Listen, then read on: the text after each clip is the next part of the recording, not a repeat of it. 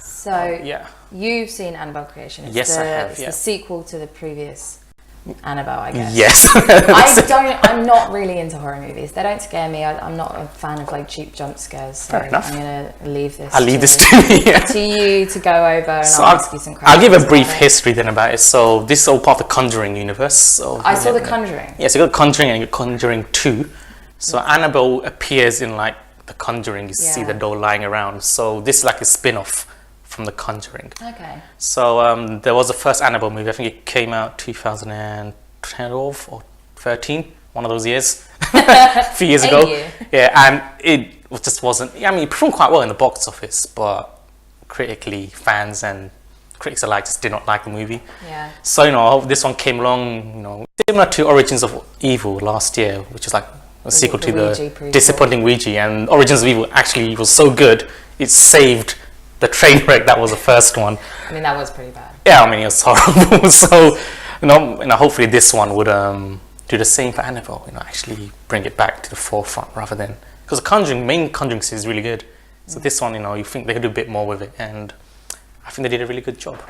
Okay.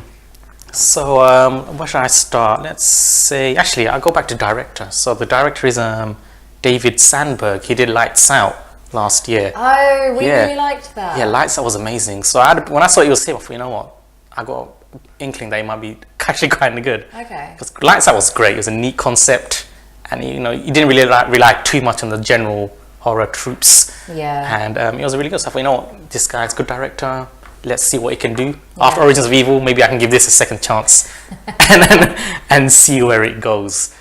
So what I liked about it, I think it is actually, I got what the film's about. So it's about orphans, little girls, so that's already creepy off the bat. It's following a group of creepy girls. Children are scary. So this movie looks at a group of orphans who move in with a family who are suffering the loss of their own daughter from a couple of years ago. It's all revealed in the beginning, so no spoiler alert. So this new group of kids move into this massive house in the middle of nowhere. It's already setting up a bad storyline. So they move in and they realize, things aren't all what it seems. So what I liked is probably the characters I actually cared about. So the two leading girls, they're quite young, about 13 or 14. So one's played by Lulu Wilson. So she was in Origins of Evil, actually. Okay. So if you saw her, you probably recognize her. It's the exact same role, pretty much. But these two kids have a really good friendship, and you kind of feel for them when stuff hits the fan.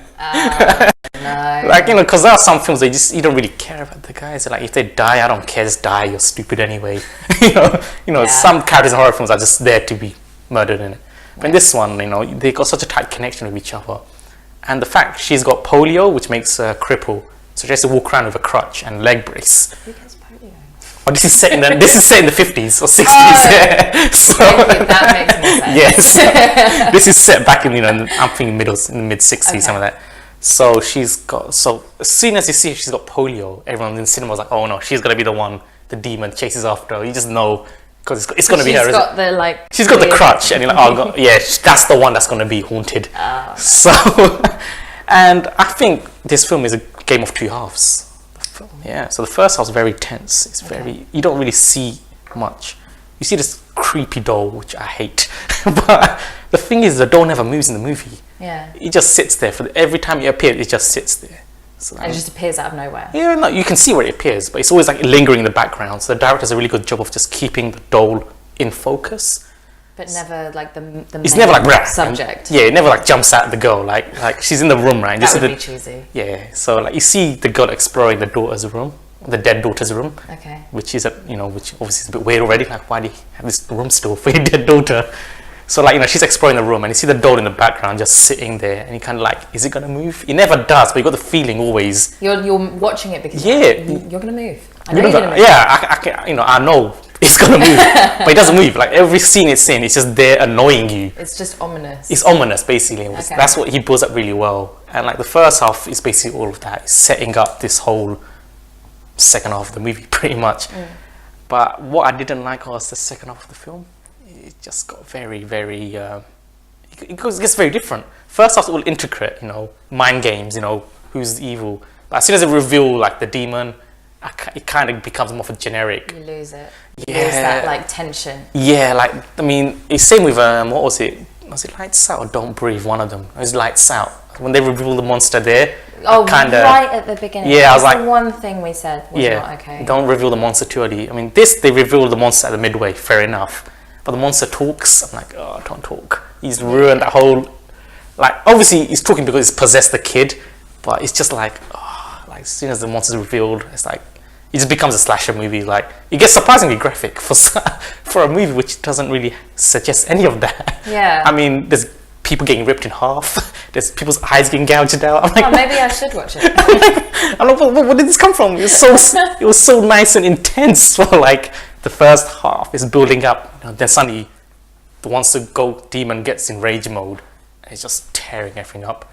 It gets very different. And to be honest, I just didn't really enjoy that half as much as I did the first half, because the characters are great and I really cared for them. And I think that's the main important thing in a horror film. Yeah. If you don't care about the survival of them characters, it needs to be like Game of Thrones. that's too emotional, man. When that character dies, you're just like you're in mourning for the next few days. So that's my great thing. Is the two are interesting. Cinematography is great. The way they do all the scenes. So I mean, there's a couple of scenes such as there's a scene where the girl's seen the demon and she runs away and she goes into a room to like hide, and she's got a toy gun, right? So she wants to she shoots this toy gun, like a ball on a string. So she shoots the ball, she just put it back, and the ball comes back and she shoots it again. That sounds awful. Yeah, it's not really the greatest weapon of choice against a demon, but it's what she's got. She's a kid. So I'm gonna propel a ball on a string. But what works really well is the camera zooms into darkness. She shoots the ball, and she just slowly turns it back, and nothing comes out. She shoots again, then she tries it, and suddenly something grabs onto the ball, and the string tightens up. And it's just like the way it's done. These little scenes for really, really like fascinating. Same with the tea. They had a tea set, so the girl has a little and the girl's having a little tea dinner with like the dough and stuff. And oh god, this is just you just know something's gonna go wrong here. And so those stuff I liked, but I think once a demon kicked in and started raining havoc on everyone, I was like, it just lost. It just that's what I got, and I put it's a bit inconsistent as well. Yeah. Like so this house is full of. You got the main family, the father and mother. So they're already a bit weird. The dad's shut in. He doesn't talk. He just sees the girls and glares at them. He doesn't really interact with them much. The mum is, she's trapped in a room. She doesn't leave her room. So due to something that's revealed later on in the film. Okay. So only the husband goes in there to see when she rings the bell. So you don't really see her. So it builds up a bit of tension there. The kids try and have a glimpse of her when the door opens, but you never actually see her until the end. So they're not very, they're in the house. You also got about 6 or 7 girls. They're the orphans. And the nun who looks after them. So there's about 8-9 people in the house. Yeah. But some scenes so when everything's happening, it's like it's not believable. The little girls are if they saw a demon, they'll be screaming, they'll be running. But these kids take it really well. They're quite mature. So there's one scene where she gets into a bunk bed, right? And she knows something's down there. She can hear it walking. She sees footprints, and she's scared, right? She looks down to see something. Instead of screaming or making a havoc, because there are other people in the house, if she can yell, at least try, even if the demon's got in some little dimension where she can't do anything. But she just sits there rather coming, I'll just sleep it out. Just go back to sleep. And she goes to sleep. It won't hurt me. I know. That is not how this works. I'm like, that's a very mature adult thing to do. I'll just sleep it, maybe be gone. But for a kid, they'll be yelling and screaming. Exactly. See, this is what I don't like about sort of modern horror movies and stuff. There's no tension, and there's just people running around like headless chickens, screaming their heads off, running into doors. To be honest, I wanted them to be screaming a bit more because it didn't really make sense for the characters. You're little kids, you shouldn't really be handling in such a mature way. I don't look down there. If I look down there, the demon's down there, I'm just gonna chill up here for a bit and I'm safe.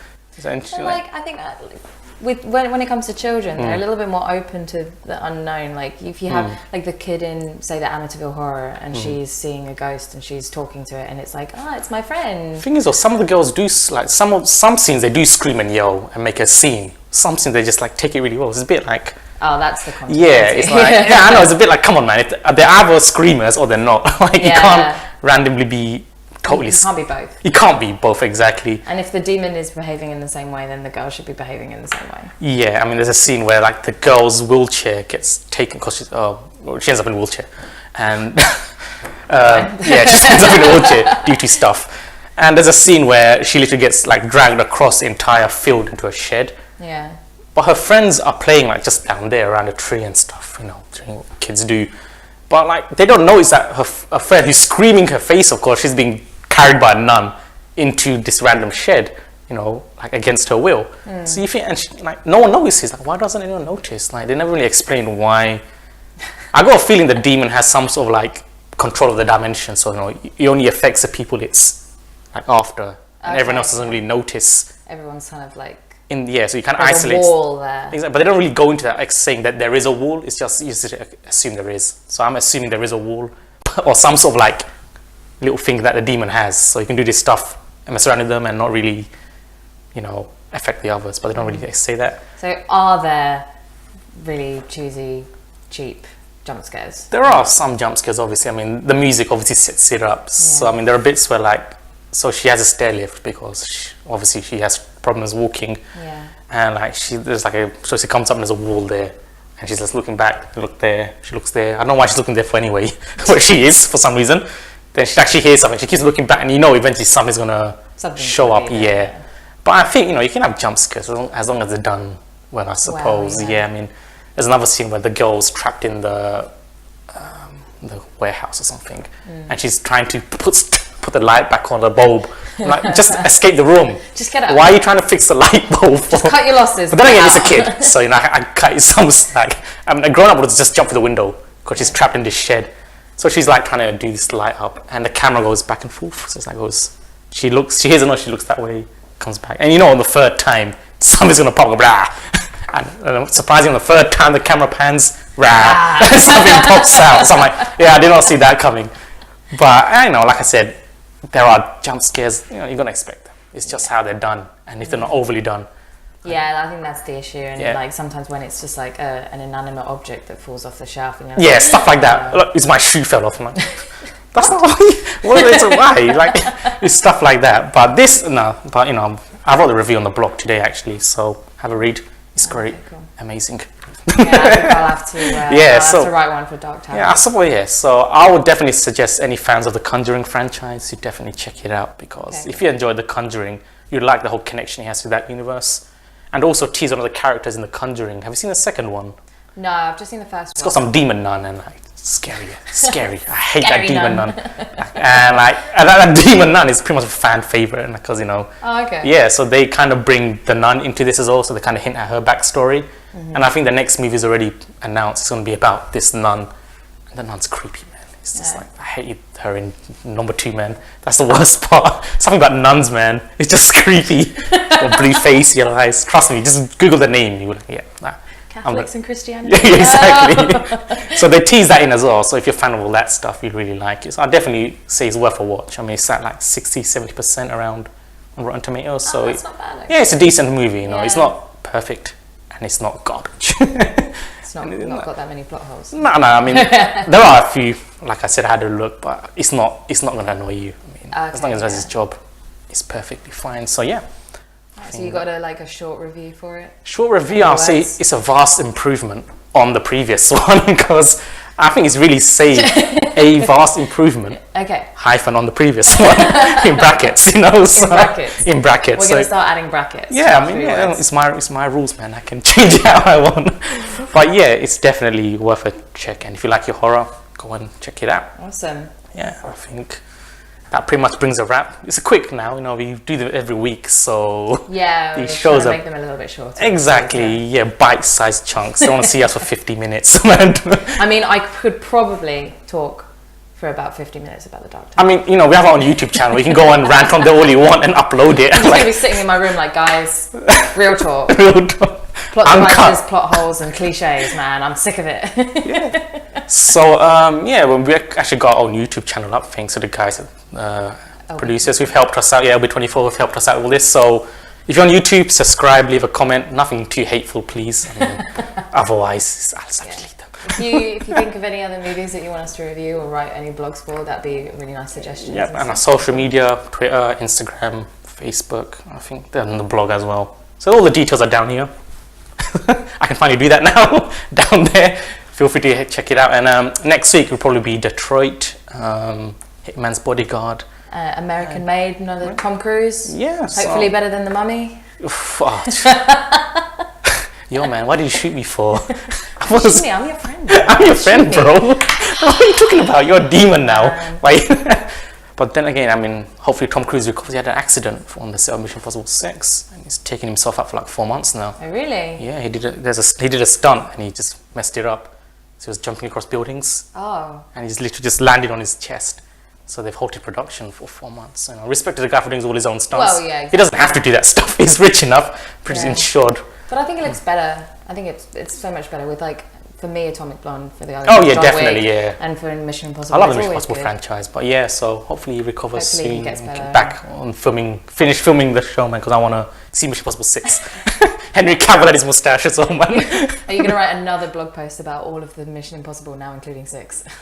Why 6? Oh yeah, when it comes out, yeah. When it comes out. Yeah, but Ghost Protocol forever. So, anyway, I think that brings a wrap to this show. Thanks for joining us and see you next week. Yeah. See ya. Bye. Bye.